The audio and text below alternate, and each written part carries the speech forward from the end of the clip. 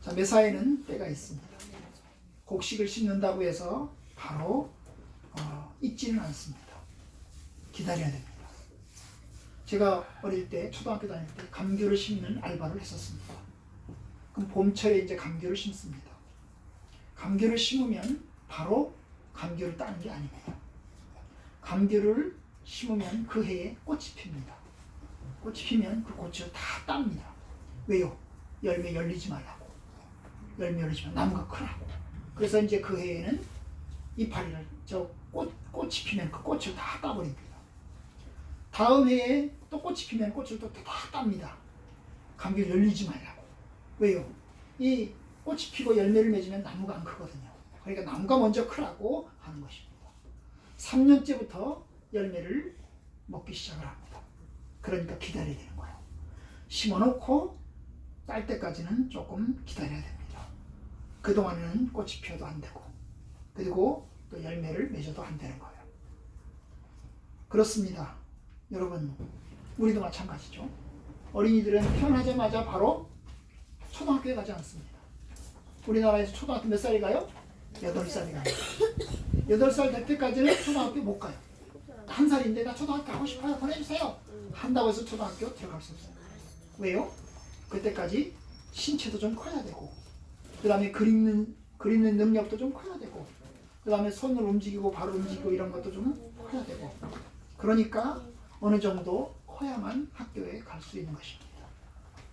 그러니까 그게 이제 때가 되어야 되는 거예요. 모든 일에는 때가 필요한 것입니다. 오늘 말씀 보면 중요한 말이 나와요. 뭐가 나와요? 예수님이 때가 되니까 오셨다는 거예요. 4절 다 같이 읽읍시다. 다 같이 4절 읽읍시다. 시작. 때가 참에 하나님이 그 아들을 보내사 여자에게서 나게 하시고 율법 아래에 나게 하신 것은, 여기 때가 참에라는 말이야. 때가 참에. 때가 차니까 왔다는 거야. 예수님이 아무 때나 온 게 아니고 때가 차니까 왔다는 거야. 그럼 때가 찰 때까지는 어떻게 했을까? 하나님이 기다렸어요. 사실 하나님이 예수님을 보내겠다고 약속은 오래전에 했어요. 가장 먼저 어디 나와요? 창세기에 나와요. 창세기 3장에 보면 아담과 하와가 죄를 짓고 난 다음에 아담과 하와에게 하시는 말씀 중에 하나님께서 약속을 하세요. 여자의 후손, 뱀의 후손이 이야기를 하거든요. 그래서 여자의 후손이 뱀의 후손을 머리를 짓밟고 박살낼 거라고 하는 이야기를 하시면서 이야기를 해요. 그 여자의 후손이 누구냐? 바로 예수님이세요. 그 예수님에 대한 약속은 그러니까 창세기부터 약속을 하셨어요. 그리고 난 다음에 조금씩 이제 자세히 하셨죠. 우리가 아는 대로 이사야서에 보면 예수님께서 여자의 후손으로 태어날 것을 이야기했어요. 그죠? 여자가 잉태하여 처녀가 잉태하여 아들을 낳을 것이요 그 이름을 임마누엘이라 하리라. 또 이런 약속도 했어요. 미가서 5장에 보면 베들레헴 에브라다야, 너는 유다 고을 중에서 가장 작을지라도 작지 않도다. 왜냐? 거기서 태어날 자가 이 세상을 다스릴 자이고, 그리고 그 자는 그분은 오래전부터 있었던 분이다. 그런 약속을 하고 있습니다. 여러분, 그래요. 때가 차니까 예수님은 그냥 아무 때나 온 게 아니라 때가 될 때까지 하나님은 기다렸다가 예수님이 오셨어요. 정확하게 언제 오셨을까? 잘 몰라요. 자, 올해가 몇 년이야? 올해 몇 년? 2019년. 그럼 뭘 기준으로 2019년이야? 세상이 만들어진 지로 2019년이 됐다는 말인가? 1년, 2년, 3년, 4년에서 2019년이 됐다는 말인가? 우리 애들은 태어나면 1살, 2살, 3살, 4살 이렇게 하잖아. 그치? 그럼 태어나기 전에는 세, 안 세? 안 세. 태어난 다음부터 1살, 2살, 3살, 4살 된다. 그래서 나는 10살입니다. 그러면 태어난 지 10살이야. 그럼 2019년은 세상이 만들어진 다음부터 2019년인가? 아니요. 뭘 기준으로 2019년이야? 예수님 오신 다음으로 2019년. 그럼 예수님 오시기 전에는? 기원전이라고 하죠. 기원전. 그래서 영어로 AD, BC라고 해요. 예수님 오시기 전을 BC라고 해요. BC.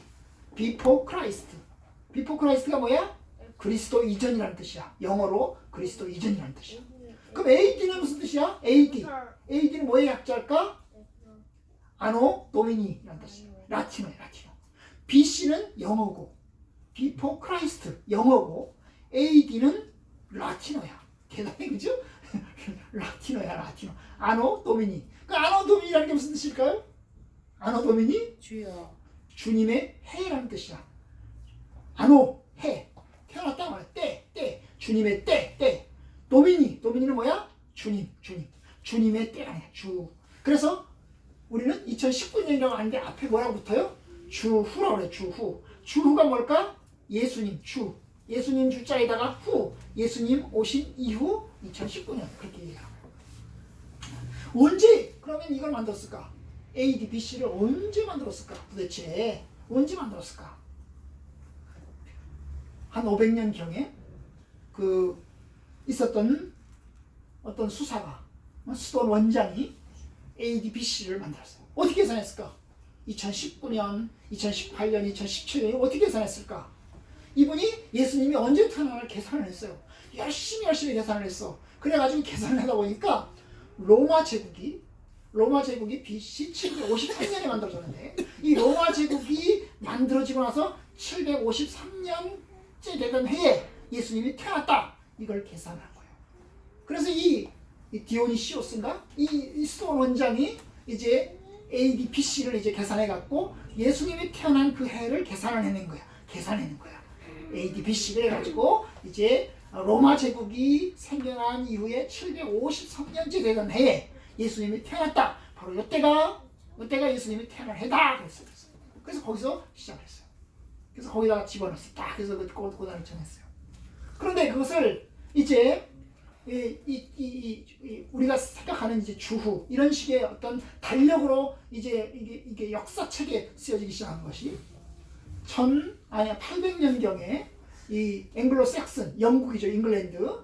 앵글로색슨에 있던 비비라고 하는 그 역사학자가 자기 책에다가 예수님이 태어난 해를 기준으로 해서 그 이전에는 BC, 그 다음에 그 위에는 AD 이렇게 해서 이제 역사책에 기록을 하기 시작했어요. 바로 그것이 이제 AD, BC가 이제 우리가 쓰여지기 시작한 해예요. 사실 그때까지는 어떻게 했어? 우리나라는 어떻게 했을까? 우리나라 어떻게 했어요? 이제 500년이라고 하잖아. 근데 이제 500년이라고 하지 않고 어떻게 해요? 세종 몇 년? 그죠? 세종 1년, 세종 3년 이렇게 하잖아요. 그죠? 그렇게 했어요. 그런데 그전에는 그랬는데 지금은 이제 주후 이렇게 통일을 해서 지금 사용하고 있죠. 그죠? 그러면 BC하고 AD가 달라진 게 있어요. 뭐가 달라질까요? 여러분 예수님 오신 다음과 예수님 오신 전이 도대체 뭐가 달라질까요? 예수님이 오신 이전에는 세상의 통치가 권력과 군대와 그리고 금권, 돈으로 세상을 다스렸어요. 예수님이 세상에 오셔서 말씀하셨어요. 뭐라고 얘기했어요? 세상 권력자들은 권력으로 너희들을 지배하고 압제한다. 그렇게 얘기했어요. 이게 예수님 오시기 전이야. 예수님 오신 다음에 뭐가 달라졌을까요? 예수님의 통치는 뭐예요? 사랑과 평화로 다스리고 섬김으로 다스려. 그래서 예수님 말씀하셨어요. 뭐라고 했어요? 세상의 권력자들은 권력으로 압제하고 백성들을 누르지만 나는 섬기러 왔노라. 나는 섬긴다. 그런 이야기 하셨어요. 바로 예수님이 오신 다음과 예수님이 오신 이유가 달라요. 여러분 민주주의, 우리나라 민주주의 국가죠. 그죠?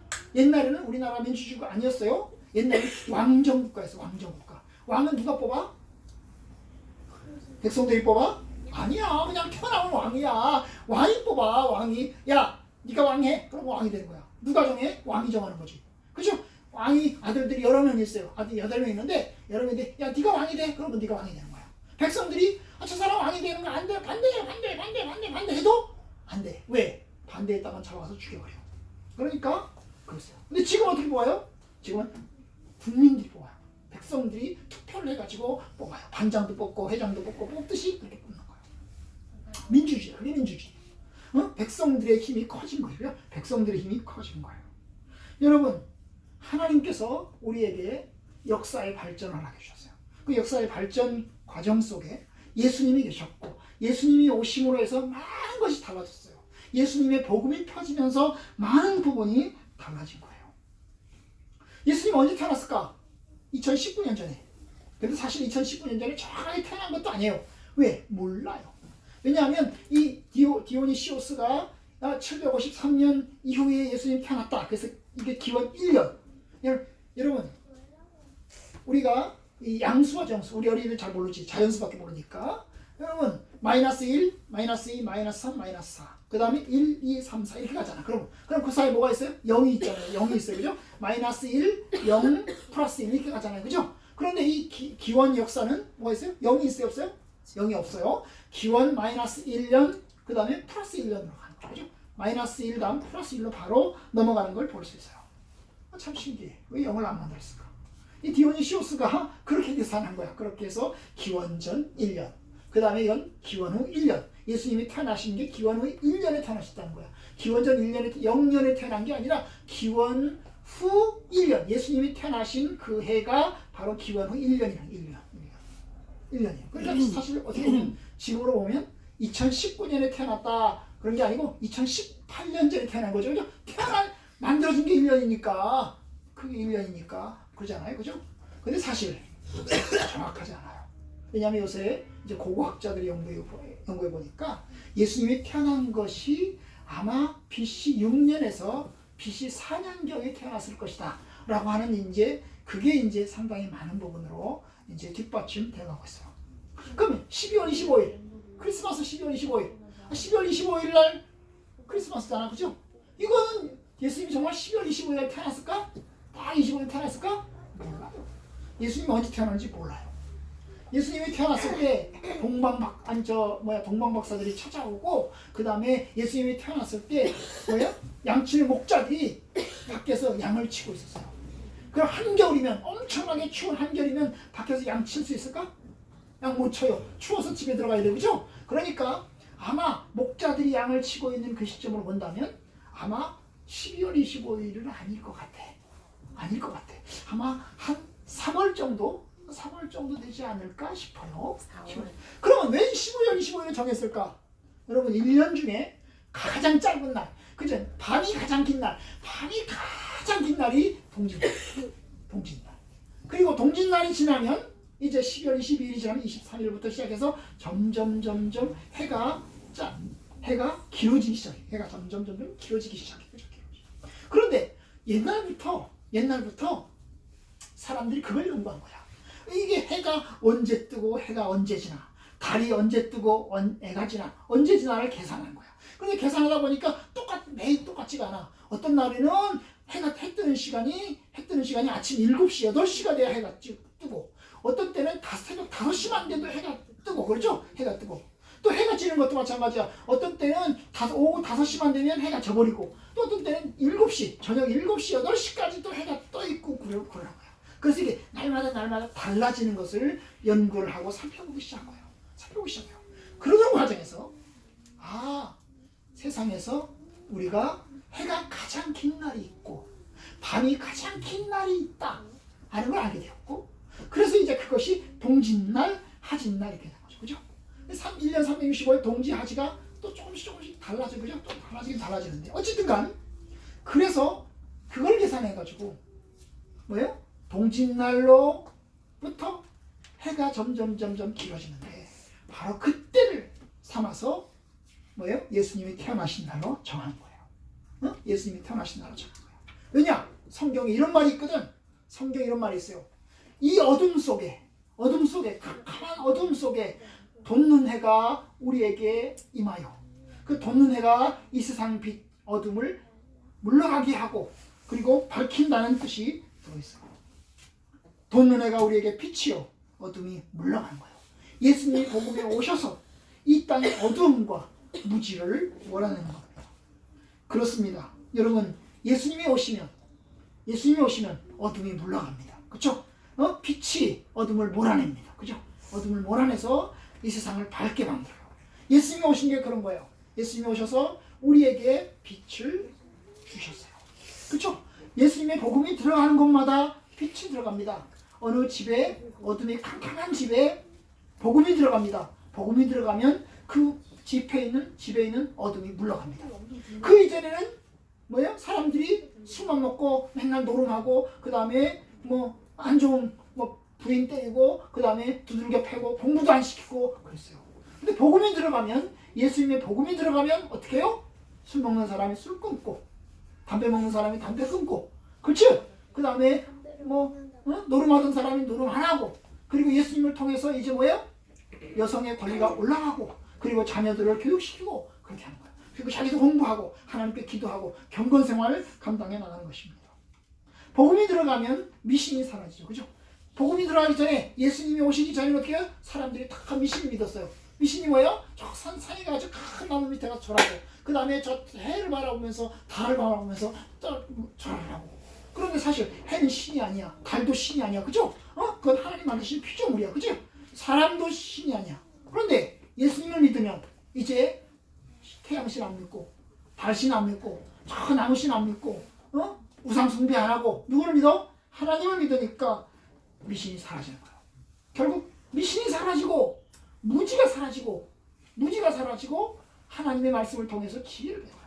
하나님을 경외하는 것이 지식의 근본이고, 하나님을 경외하는 것이 지혜의 근본이라고 그랬는데, 무지가 사라진 거야. 하나님 말씀을 배우니 똑똑해지고 지혜로워지는 것입니다.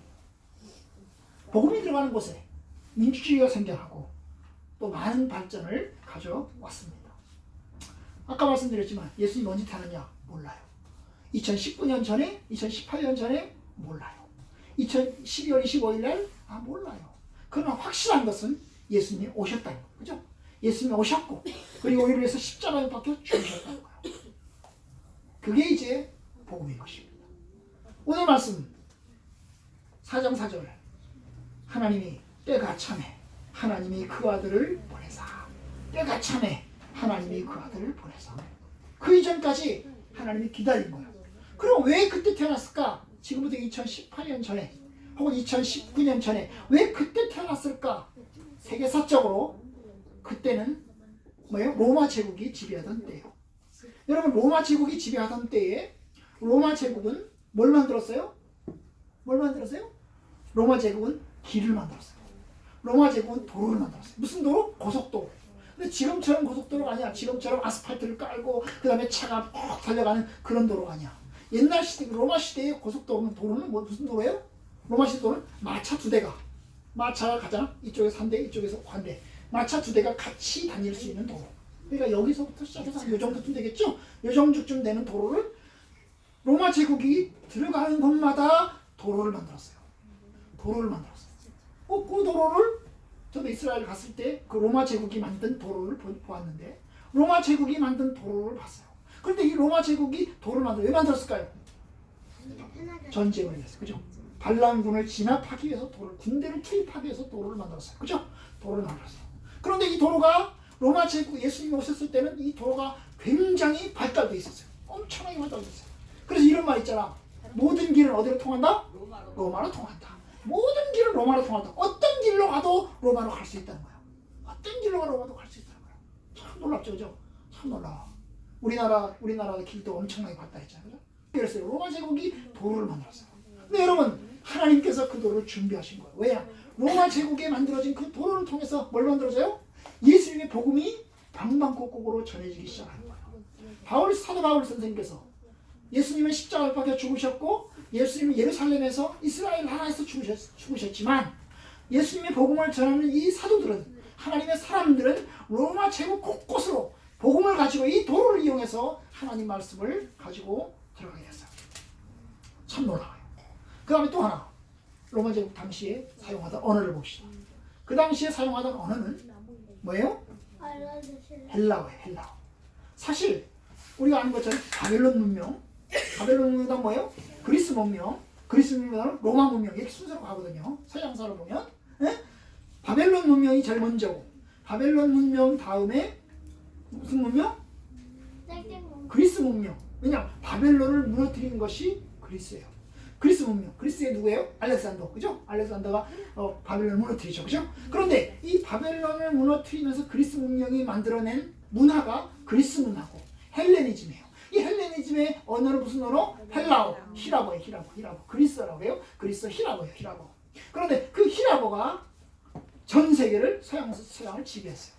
로마 제국이 지배하던 그 당시, 예수님 오실 당시에 로마 제국은 무슨 언어를 사용했을까요? 무슨 언어? 로마 제국에서 언어는 뭐예요? 라틴어예요. 라틴어예요. 그런데 아시는 것처럼 예수님 이 당시만 하더라도 헬레니즘이 엄청나게 발달해 있어서 로마 제국이 지배를 했지만 정신은 뭐가 지배했어요? 헬레니즘이 지배했어요. 로마가 세계를 지배했지만 로마를 지배한 것은 라틴어가 아니고 뭐가 지배했다고? 헬라어를 지배했어요. 헬라어가 지배를 했어요. 그러니까 헬레니즘이 로마를 지배한 거야. 육체적으로는 육신적으로 로마가 히랍을 무너뜨렸지만 정신적으로는 히랍이 로마를 지배한 거예요. 바로 그거예요. 그래서 결국에는 뭡니까? 히랍어가 우위에 있었어요. 라틴어도 있었지만 라틴 문명은 약했고 히랍의 문명이 엄청나게 강했어요.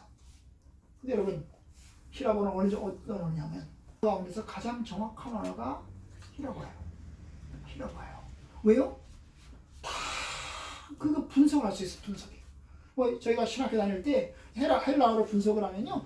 명사에도 여성형이냐 남성형이냐 그 다음에 주격 명사냐 소유격 명사냐 이거 다 분석을 하는 거예요. 네? 명사형에도 우리나라 말도 뭐 사람들 그럼 복수고 사람 하면 단수고 그러잖아요. 그런데 그런 것처럼 복수, 단수, 주격, 소유격 그 다음에 여성, 남성까지 다 구분을 하는 거예요. 그러니까 파싱이라고 그걸 파싱이라고 그러거든요. 이 단어를 잘라가지고 그 단어를 분석해내는 걸 파싱이라고 그러는데 그 파싱이 엄청나게 세밀하게 발달돼 있어요. 그런데 신약성경이 바로 그걸로 기록됐어요. 신약성경이 히랍어로 기록됐어요. 예수님이 오신 다음에 30년쯤 지나고 나서 쓰여졌는데 그 당시 로마 제국이 지배하고 있었어요. 히랍은 문명은 사라졌고 그리스는 완전히 망해서 없어졌고 로마가 다스린 지 지금 700년, 800년이 지나고 있는 시점이지만 여전히 그들의 정신을 지배하고 그들의 언어를 지배하는 것은 히랍이었어요. 히랍어였어요. 그런데 그 히랍어를 통해서 쓰여졌어요. 놀랍죠? 가장 복잡하고 그래서 정확한 언어를 통해서 하나님께서 복음을 쓰여지게 하셨습니다. 세 번째, 여러분 그 당시에 이스라엘 사람들은 엄청나게 핍박을 받았어요. 아시는 것처럼 로마 제국이 만들어진 지가 몇 년이었다고? 750년, 그죠? 753년. 750년 동안 로마가 그 근동을 다 지배를 했어요. 그러는 동안에 이스라엘 사람들도 엄청나게 시달렸어요. 아시는 것처럼 이스라엘 사람들은 남과 북이 갈라진 다음에 망했죠. BC 500년경에 망했어요. 그죠? 586년에 망했어요. 그죠? 그럼 망하고 난 다음에 이스라엘 사람들은 또 놀이 생활을 했어요. 그리고 주권이 없었어요. 이스라엘이 엄청나게 많은 침략을 받았는데 아시리아가 침략을 해가지고 두들겨 팼고 그 다음에 아시리아가 침략한 다음에는 바벨론이 침략을 해서 이스라엘 두들겨 패가지고 지배를 했고 바벨론이 한 300년 지배를 했어요. 300년 지배를 했고 바벨론을 또 두드려 패게 누구예요? 그리스가 지배를 했어요. 그리스가 또 이스라엘을 점령을 해가지고 그리스라엘을 또 점령을 했고 그 다음에 로마도 점령을 했어요. 로마가 그리스를 무너뜨리면서 로마도 점령을 했어요. 로마가 점령을 했어요. 왜? 아니 왜 이렇게 이 나라 저 나라가 다 이스라엘을 넘보는 거야? 여러분 이스라엘의 지형학적 위치가 한국하고 비슷해요. 굉장히 중요한 위치거든요. 왜냐하면 이 이스라엘이라고 하는 위치는 유럽으로도 갈 수 있는 길이고 아시아로도 갈 수 있는 길이고 아프리카로도 갈 수 있는 길 3개 대륙이 만나는 곳이 이스라엘이에요. 아프리카로 내려가는 길이 이스라엘이고 유럽으로 건너가는 길이 이스라엘이고 아시아로 건너가는 길이 이스라엘이에요. 그러니까 항상 전쟁을 하면 어디가? 이스라엘이 전쟁터예요. 전쟁터. 이집트에서 위로 올라가려고 하면 이스라엘을 거쳐야 올라갈 수 있고 그죠? 그 다음에 그리스에서 이집트로 내려가려고 하면 이스라엘을 거쳐 내려갈 수 있고 바벨론이 동쪽이고 그 다음에 그리스가 이제 서북 쪽이고 그 다음에 남쪽이 이제 이집트잖아, 아프리카잖아요. 이렇게 만나는 곳이다 보니까 전쟁을 계속해서 할 수밖에 없었어요. 여러분 이런 상황에서 백성들이 엄청 시달렸어요. 이스라엘 사람들이 한번 우리가 독립 한번 해보자, 전쟁을 하자 이래가지고 BC 163년 마카비가 왕족이죠.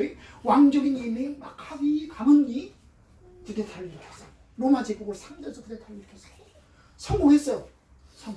그리고 100년 동안 집에 100년 동안 독립을 누렸어요. 마카비 가문이 똘똘 뭉쳐가지고 이스라엘 백성들을 선동해가지고 쿠데타를 일으켜서 로마 제국을 쫓아내고 100년 동안 독립을 했어요. BC 163년인가 독립을 했어요. 그런데 100년 만인 BC 63년에 로마 제국이 다시 들어왔어요. 다시 들어와서 완전히 복수를 하고 피바다를 만들고 그 전보다 더 강한 통치를 했어요. 예수님 오실 때가 바로 그런 때예요. 로마 제국의 통치가 아주 강력했던 때예요. 아주 강력했던 때예요. 예수님 오셨을 때 빌라도 총독이 있었죠, 그죠? 빌라도 총독이 있었는데 이 빌라도 총독이 아주 무시무시한 사람이에요. 무시무시한 사람. 성경에 보면 약한 사람처럼 보이지만 굉장히 무시무시한 사람이에요. 총독부는 그 당시에 총독부는 가이사랴 쪽에다가 총독부를 두고 예루살렘에 지부를 뒀어요. 그래서 이제 군대는 이스라엘에 다 들어와가지고 여기저기 다 들어와가지고 다스리고 있었습니다. 혹시 여러분이 이제 영화를 볼 기회가 있다면 베너라는 영화를 보시면 그 로마 제국이 이스라엘 백성들을 지배하고 얼마나 혹독하게 다스렸는지를 여러분이 보실 수 있을 겁니다. 어젯밤에 했어요. 네? 어젯밤에 했어요. 어젯밤에 했어요? 근데 여러분 그러다 보니까 이스라엘 백성들이 누구를 기다렸어요? 메시아를 기다렸다. 주님을 기다리는 거야. 하나님이 약속하신 메시아가 옷을 얼른 오길 원합니다. 얼른 주님이 오셨으면 좋겠습니다. 메시아를 기다리고 있었어요. 바로 그때 예수님이 오셨죠. 예수님이 오셔서 사람들에게 하나님의 말씀을 전하게 된 것입니다. 여러분 그들은 구약의 예언을 붙들고 메시아를 기다렸습니다.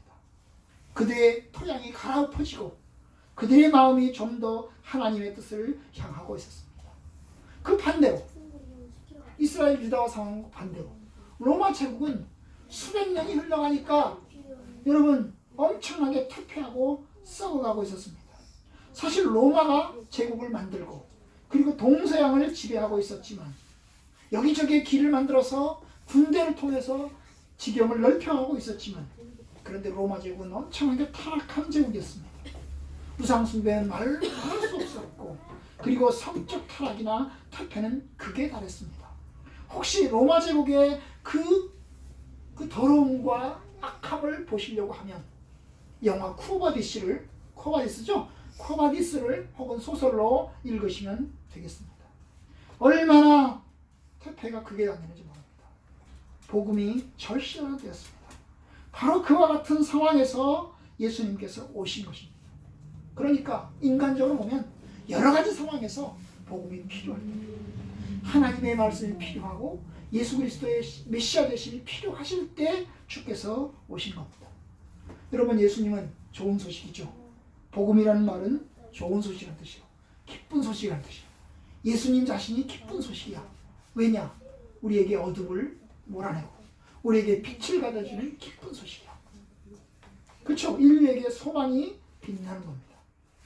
어둠에 비치고 그리고 죽음 속의 생명이기 때문에 복음이 좋은 소식입니다.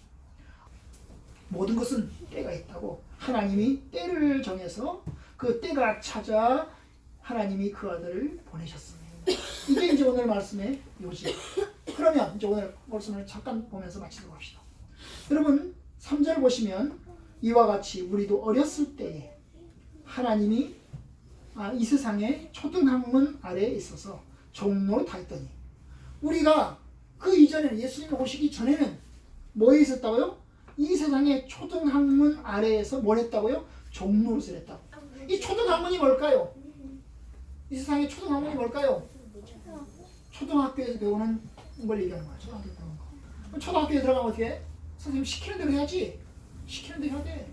요새는 뭐 초등학교에 들어가서 시키는 대로 안 해도 선생님 별로 혼 안 내지만 목사님 어릴 때는 초등학교에 가서 선생님 말대로 안 하면 엎드리 뻗쳐 하고 매 맞았어요. 그죠? 매 맞았어요.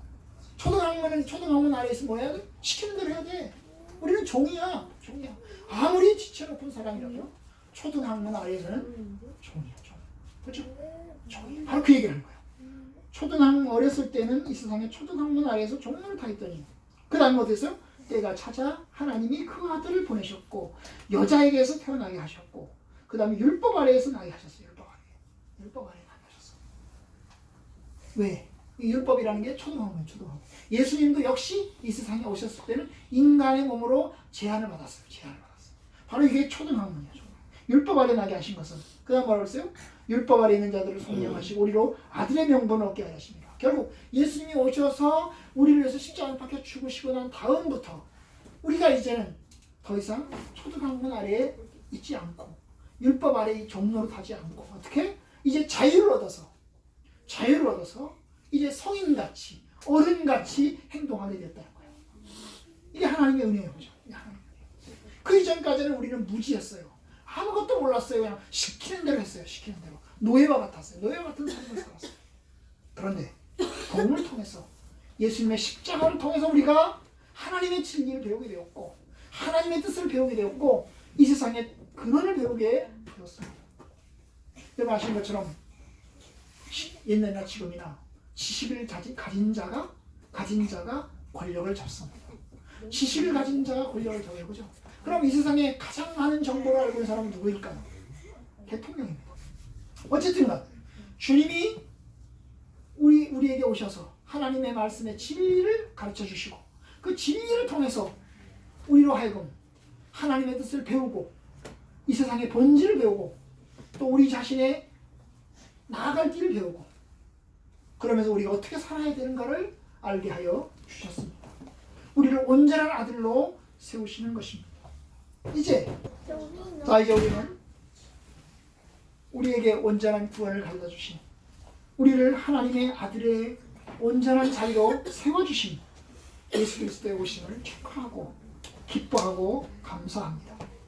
우리는 또 기다리고 있는 게 있습니다. 사실 아직 어둠이 완전히 물러가지 않았어요. 여러분 여전히 우리에게 죄의 영향이 있고 또 죽음의 영향이 있습니다. 아직도 어둠은 있습니다. 그런데 여러분 주님께서 이제 다시금 약속하셨습니다. 내가 다시 오리라.